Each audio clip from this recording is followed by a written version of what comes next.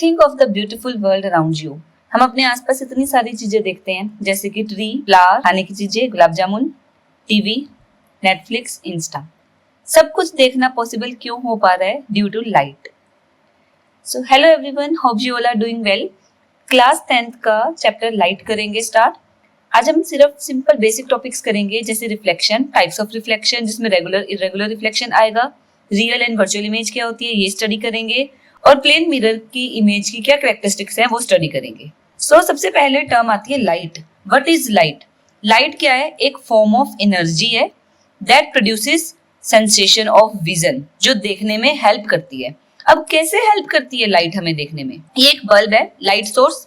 ये एक चेयर है, आपने इस चेयर को देखना है, कैसे देख पाओगे? जो लाइट है वो बल्ब से होकर चेयर पर जाएगी और चेयर से टकराकर हमारी आईज में वापस आएगी, तभी हम चेयर को देख पाएंगे। मतलब लाइट सोर्स से जाती है ऑब्जेक्ट पर, ऑब्जेक्ट रिफ्लेक्ट करता है, लाइट हमारी आईज में एंटर करती है और हमें ऑब्जेक्ट दिखता है। What would happen if the bulb is off? अब बल्ब ऑफ है, क्या कोई ऑब्जेक्ट दिखेगा हमें? नहीं, क्योंकि ना लाइट है, ना वो ऑब्जेक्ट पर गिरी, ना वो रिफ्लेक्ट होकर वापस आई।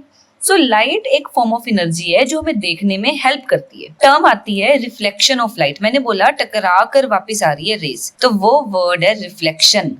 Reflection of light is phenomena या process of bouncing back of light, light का टकरा कर वापस आना in the same medium on striking the surface of any object.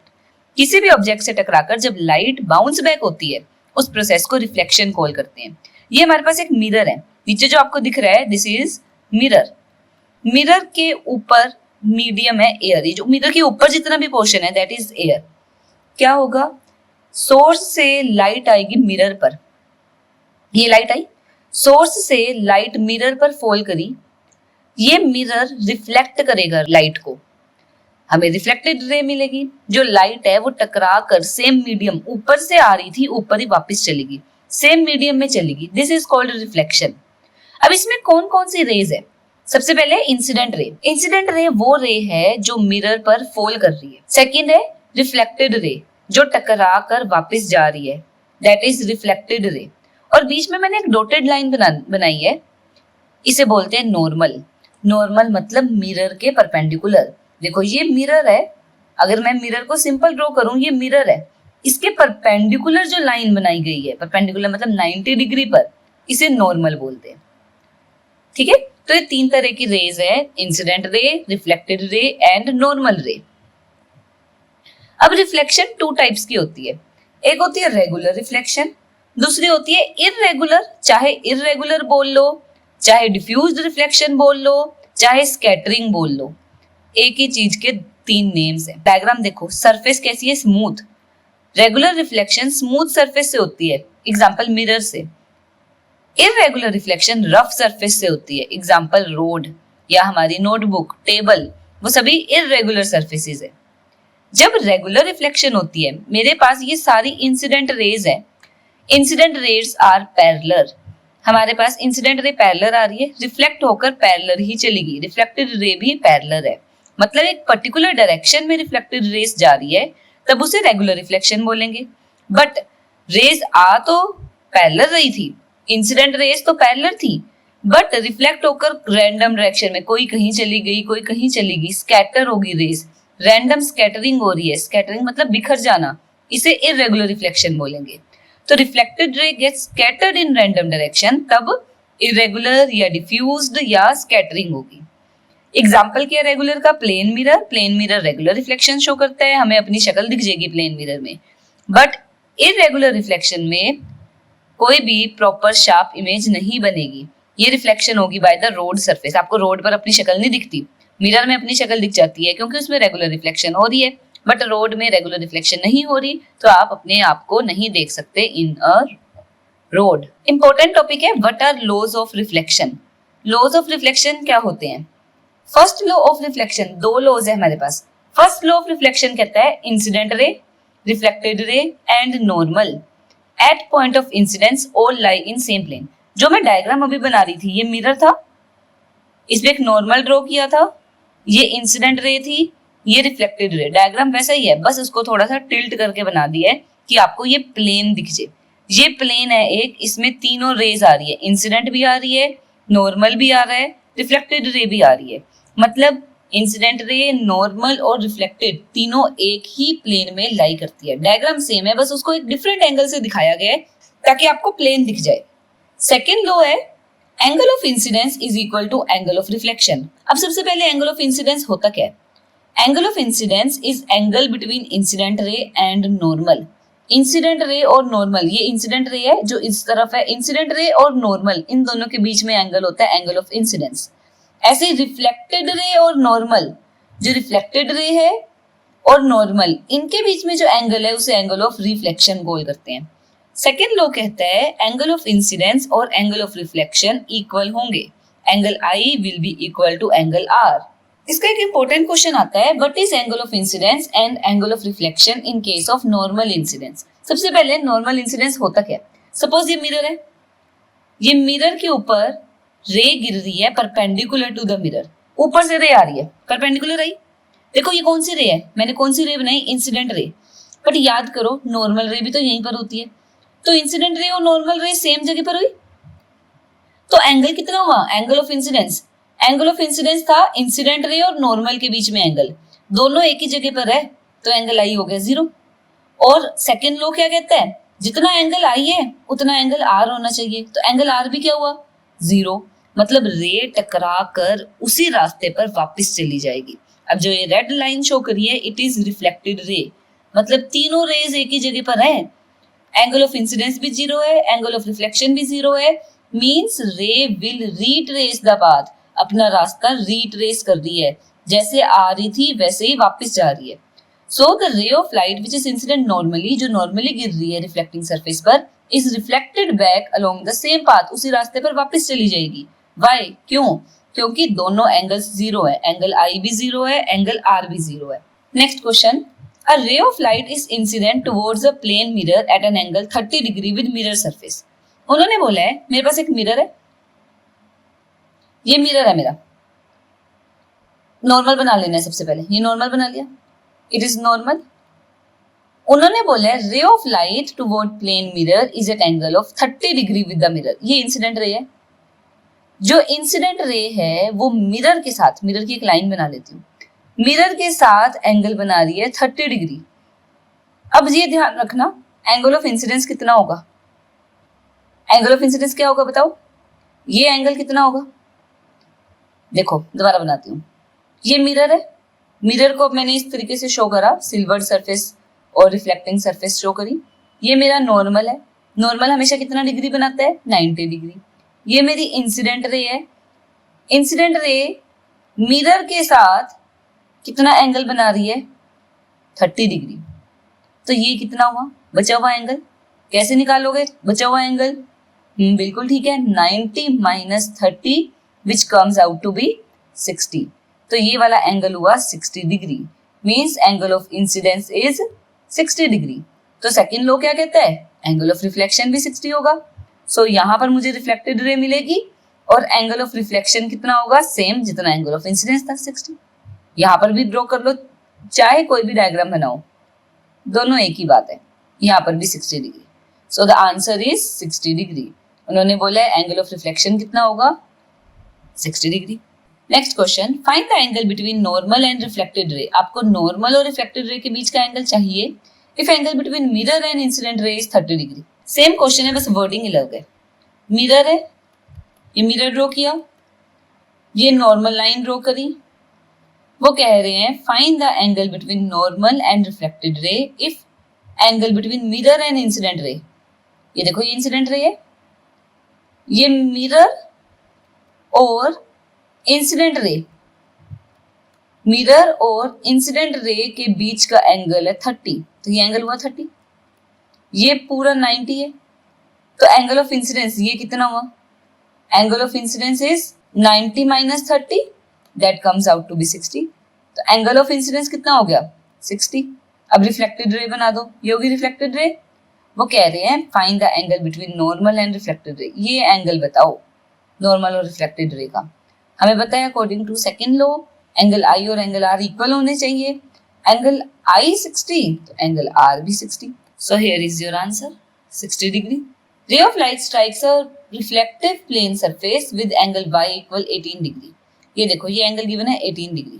Find angle of incidence, angle of reflection, angle x। I calculate करना है, कैसे निकालोगे? ये एंगल होता है 90 में से ये है 18, तो जवा कितना हुआ? 90 minus 18, that comes out to be 72। Angle of incidence कितना हो गया? 72। एंगल ऑफ रिफ्लेक्शन कितना होगा? जितना एंगल ऑफ इंसिडेंस। अगर ये 72 तो इधर r भी 72, so r comes out to be 72। Third angle x निकालना है, तो ये पूरा 90 में से 72 माइनस कर दो, x equal 90 minus 72, that comes out to be 18 degree. Next question, two mirror are situated at an angle 45 degree with each other. पहला मिरर, दूसरा मिरर, उन्होंने बोला है दोनों मिरर के बीच में यहाँ पर 45 डिग्री का एंगल है। One light is incident on first mirror at angle of incidence of 30 degree. एक रे गिर रही है 30 डिग्री पर। मतलब अगर मैं यहाँ पर नॉर्मल ड्रॉ करूं, ये मैंने नॉर्मल बनाया, तो ये angle of incidence, incident ray और नॉर्मल के बीच का जो एंगल है वो 30 है। Find the angle of reflection through second mirror. Second mirror से निकालना है मुझे। देखो अगर एंगल आई 30 तो एंगल आर भी 30। ये रे 30 पर जाएगी, ये रे 30 डिग्री पर रिफ्लेक्ट होगी, ये एंगल 30। यहां पर नॉर्मल ड्रॉ कर लो। ये हो गया फर्स्ट वाले का नॉर्मल, ये सेकंड वाले का नॉर्मल।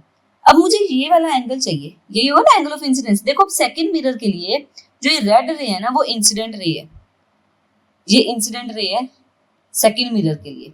फर्स्ट मिरर के लिए तो रिफ्लेक्टेड रे है, बट सेकंड मिरर के ऊपर आकर फॉल कर रही है, तो सेकंड मिरर के लिए इंसिडेंट रे है। तो एंगल ऑफ इंसिडेंस निकाल लेते हैं। देखो ये वाला पूरा एंगल 90 होता है, ये छोटा वाला 30 है, तो बचा कितना एंगल? कितना आया? ये वाला एंगल, ये छोटा एंगल आ गया 60 डिग्री। अब इस ट्रायंगल को देखो, दोनों मिरर यहाँ पे भी 45 होगा। चलो इसको रफ में बना लेते हैं। एक ये ट्रायंगल बन रहा है, मुझे ट्रायंगल दिख रहा है, यहाँ पर 60 डिग्री है, ये वाला जो ये अभी शेड किया ना ये 60 डिग्री है, ये सारा 60 डिग्री। दोनों मिरर में 45 डिग्री, ये हो गया 45। ये निकाल लो, एंगल सम प्रॉपर्टी यूज करो। 60 प्लस 45 प्लस x कितना होता है sum of all angle of triangle? 180। 60 plus 45 105 plus x equal 180। x calculate कर लो, 180 माइनस 105 कितना आ गया? 75। तो ये एंगल इधर वाला ये आया 75। पर ध्यान से, मुझे तो ये चाहिए, ये कैसे निकलेगा? इसको नाम दे देती हूँ y। y कैसे निकलेगा? देखो ये 90 था पूरा नॉर्मल, ये नॉर्मल और मिरर इनके बीच में 90 होता है, तो y plus 75 equal 90। y plus 75 equal 90, तो y कैसे निकलेगा? 90 माइनस 75। तो y हो गया एंगल ऑफ इंसिडेंस। अगर angle of incidence second mirror का 15 है, तो एंगल ऑफ रिफ्लेक्शन भी तो 15 होगा। तो ये रिफ्लेक्टेड रे रही, तो नॉर्मल और रिफ्लेक्टेड रे के बीच में एंगल होगा 15। So our answer is 15 degree. Now two types of image. सबसे पहले ये कंसीडर करो, ये क्या है? प्रोजेक्टर। प्रोजेक्टर की इमेज कहां पर बनती है? दीवार या स्क्रीन के ऊपर। The image which is obtained on the screen, वही है प्रोजेक्टर की इमेज, स्क्रीन के ऊपर बनती है। बट अब अगर आप मिरर के आगे बैठे हो, आपकी इमेज मिरर के अंदर बनेगी। जितना दूर आप मिरर से हो उतनी दूर ही इमेज में भी दिखोगे। मतलब रियल इमेज वो इमेज है विच can be obtained on the screen, जिसको हम स्क्रीन पर देख सकते हैं। But virtual image can not be obtained on the screen, हम उसको स्क्रीन पर ऑब्टेन नहीं कर सकते, वो स्क्रीन के बिहाइंड पीछे जाकर बनेगी। So two types of image are real which can be obtained on the screen, virtual which can not be obtained on the screen. अब डिफरेंस क्या है रियल इमेज और वर्चुअल इमेज में? रियल इमेज वो image है जो कि screen पर ऑब्टेन हो रही है, जैसे प्रोजेक्टर की इमेज आपको स्क्रीन पर मिल रही थी, वो रियल है। Virtual image which can not be obtained on the screen, जो स्क्रीन पर नहीं बन रही, जो प्लेन मिरर की इमेज थी वो स्क्रीन के बिहाइंड जाकर बन रही है, so that was virtual image. इसमें रेज एक्चुअली मीट करती है, रियल है, रियल मतलब असल में मीट करेगी, वर्चुअल असल में मीट नहीं करेगी। ये पॉइंट आपको ज्यादा तब क्लियर होगा जब हम image formation by spherical mirror और लेंस करेंगे। अभी इसको बस ये ध्यान रख लो, रियल इमेज एक्चुअल मीटिंग से बनती है, वर्चुअल इमेज में एक्चुअल मीटिंग रेस की नहीं होती। रियल हमेशा इन्वर्टेड होता है, ये याद रखना, रियल के साथ हमेशा इन्वर्टेड आएगा। Real is always inverted and virtual is always erect. याद रखना है, रियल इन्वर्टेड होता है, वर्चुअल इरेक्ट होता है। क्यों होता है ये स्फेरिकल मिरर में आप देखोगे। एग्जाम्पल, रियल इमेज का एग्जाम्पल है जो इमेज प्रोजेक्टर के केस में बन रही थी, वर्चुअल का एग्जाम्पल है जो प्लेन मिरर में बन रही थी। अब नेक्स्ट क्वेश्चन है, what are the characteristics of an image formed by plane mirror. सबसे पहले शीशे के आगे खड़े हो, देखो आप किसी प्लेन मिरर के आगे खड़े हो, आपको आपकी इमेज क्या दिखेगी, योर ट्विन, बिल्कुल आपकी जैसी। You and your image are identical, आप और आपकी इमेज बिल्कुल सेम है। दूसरा, अगर आपका राइट हैंड है तो आपको इमेज का लेफ्ट हैंड दिखेगा। ये दोनों केसेस आपने देखे होंगे। इसी से रिलेटेड कैरेक्टरिस्टिक्स लिखनी है, इन दोनों को पिक्चर को मैं यहाँ शो कर रही हूँ। सबसे पहली बात, जितने लंबे आप हो उतनी लंबी आपकी इमेज होगी। The height of object and the height of image same होती है। दूसरा, जितना दूर आप मिरर से खड़े हो उतना दूर आपकी इमेज होगी।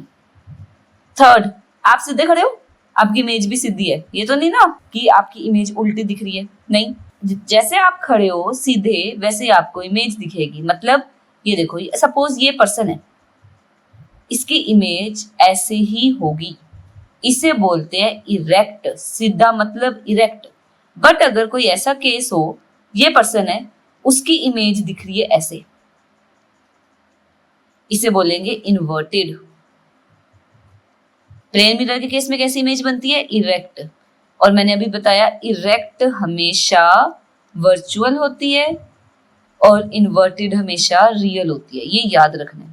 तो वापस आते हैं प्लेन मिरर पर। प्लेन मिरर में कैसी इमेज बन रही है, इरेक्ट, सीधी है। इरेक्ट हमेशा कैसे होती है, वर्चुअल। और जो ये टॉपिक बताया, left appear right and right appear left, left right दिखता है, राइट लेफ्ट दिखता है, इसे बोलते हैं lateral inversion. Lateral inversion means left appears right and right appear left. अब पेपर में क्या लिखोगे अगर आपको क्वेश्चन आता है, what are the characteristics of image form by plane mirror.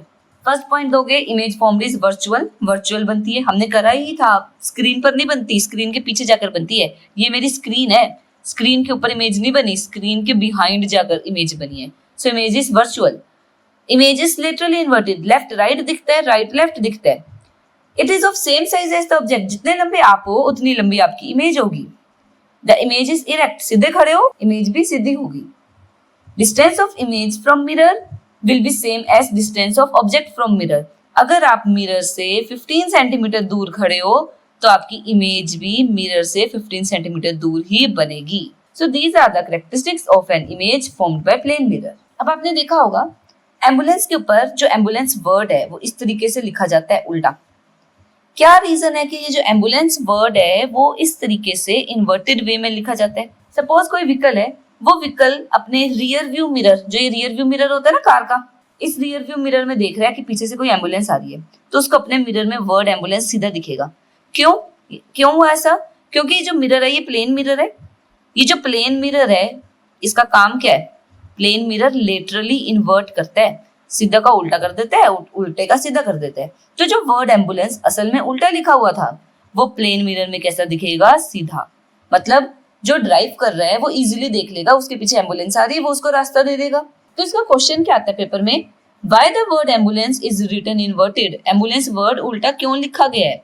So answer आएगा ambulance is written inverted in front of ambulance in order to allow other drivers to read the word ambulance properly। बाकी drivers जब अपने rear view mirror में देख रहे हैं वो word ambulance को सही पढ़ें। This helps driver quickly recognize the emergency vehicle। वो देखेगा कि उसके पीछे एम्बुलेंस है तो वो उसको रास्ता दे देगा and provide a way to it। मतलब अगर सीधा लिखा होता, मिरर में उल्टा दिखता, पढ़ा ना जाता, तो हमने क्या किया? उल्टा ही छाप दिया। उल्टा लिखा हुआ है तो मिरर में सीधा दिखेगा। सो यहाँ तक हमने सिंपल रिफ्लेक्शन करा, regular reflection, irregular reflection, virtual and real image और प्लेन मिरर की कैरेक्टरिस्टिक्स करी।